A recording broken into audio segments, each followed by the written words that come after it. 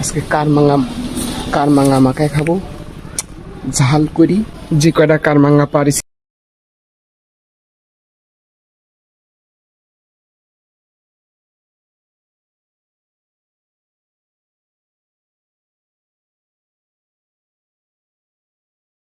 Manga পারিছি আর সেই করি মাখায় খাবো। মাঙ্গা ভালো করে ছিলে নিতে হবে।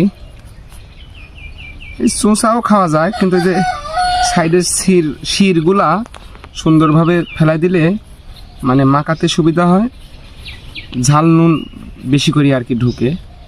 এইটুকা কাটি ফেলালাম, এইটুকা কাটি ফেলালাম। এবার গোল গোল করি